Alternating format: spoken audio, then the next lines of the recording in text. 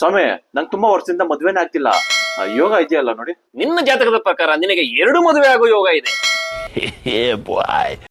ಆದರೆ ನೀನು ಚಿಕ್ಕಂದಲ್ಲೇ ಅಪ್ಪ ಅಮ್ಮ ಆಟ ಆಡುವಾಗ 2 ಮದುವೆ ಮಾಡ್ಕೊಂಡ್ಬಿಟ್ಟಿದ್ಯಾ. ಇನ್ನು ನಿನಗೆ ಮದುವೆ ಯೋಗ ಇಲ್ಲ. ಹೇ ಭಕ್ತ, ನಿನ್ ಮನಸ್ಸಲ್ಲಿ ಅಸಾಧ್ಯಕರವಾದಂತದ್ದು ಯಾವ್ದಾದ್ರು ಒಂದು ಕೋರಿಕೆ ಇದ್ರೆ ನನಗೆ ಹೇಳು, ನಾನ್ ನೆರವೇರಿಸ್ತೀನಿ. ಚಂದ್ರಲೋಕಕ್ಕೆ ಒಂದ್ ಲಿಫ್ಟ್ ಹಾಕೊಟ್ಬಿಡ್ತೀರಾ? ಅದು ತುಂಬಾ ಕಷ್ಟ ಆಗುತ್ತೆ. ಬೇರೆ ಏನಾದ್ರು ಇದ್ರೆ ಹೇಳು, ನೆರವೇರಿಸ್ತೀನಿ. ಸರಿ, ಈ ಹುಡುಗಿರ ಮನ್ಸಲ್ಲಿ ಏನಿರುತ್ತೆ ಅನ್ನೋದು ಗೊತ್ತಾಗ್ಬೇಕು. ಆ ತರದೊಂದು ವರ ಕೊಟ್ಬಿಡಿ. 2 ದಿನ ಲೇಟ್ ಆಗ್ಬೋದು, ಹಂಗನ್ಬಿಟ್ಟು ಇಷ್ಟೊಂದು ಕಷ್ಟದೆಲ್ಲ ಕೇಳಬಾರ್ದು. ಲಿಫ್ಟ್ ಎಸಿ ಬೇಕಾ, ನಾನ್ ಎಸಿ ಬೇಕಾ?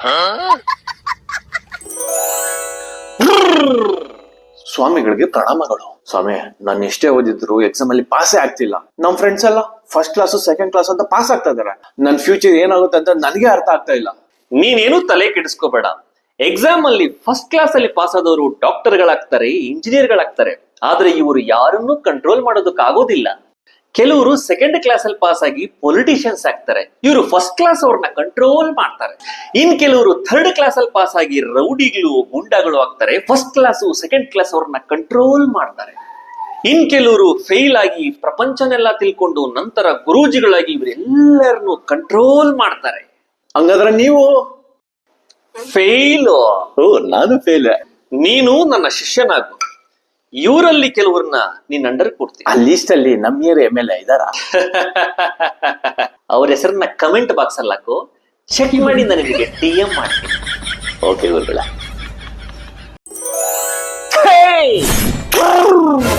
ಸ್ವಾಮಿ, ನಮ್ ಫ್ಯಾಮಿಲಿಯಲ್ಲಿ ಯಾರಿಗೂ ನೆಮ್ಮದಿ ಇಲ್ಲ. ಏನಾದ್ರು ಪರಿಹಾರ ಕೊಡಿ. ಭಕ್ತ, ಜೀವನದಲ್ಲಿ ನೀನು ಸುಖವಾಗಿರ್ಬೇಕಂದ್ರೆ ಮುಖ್ಯವಾಗಿ 3 ಮೆಟ್ಟಿಲುಗಳನ್ನ ಹತ್ತಬಾರದು. ನಮ್ಮ ಮನೆ ಇರೋದು ಫಸ್ಟ್ ಫ್ಲೋರ್ ಅಲ್ಲಿ.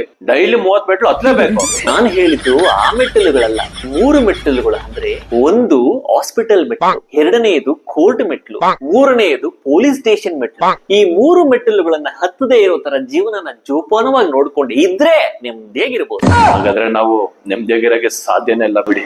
ಯಾಕೆ? ನನ್ನ ಹೆಂಡತಿ ನರ್ಸು, ನನ್ನ ತಮ್ಮ ಲಾಯರು. ಹಾಗಾದ್ರೆ ನೀನು ಪೊಲೀಸಾ? ಅಲ್ಲ, ಕಳ್ಳ. ಈಗ ತಾನೇ ಸ್ಟೇಷನ್ ಇಂದ ತಪ್ಸ್ಕೊಂಡ್ ಬಂದಿದ್ದೀನಿ. ಹೇಗಾದ್ರೂ ಮಾಡಿ ಬಚ್ಚ ಮಾಡಿ ಗುರುಗಳೇ.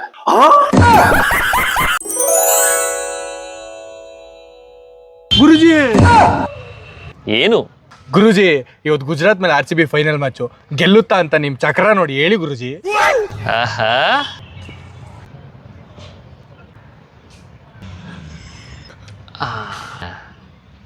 ನನ್ನ ಚಕ್ರದಲ್ಲಿ ಅಹಮದಾಬಾದ್ ಸ್ಟೇಡಿಯಂ ಪೂರ್ತಿ ನೋಡ್ತಾ ಇದ್ದೀನಿ.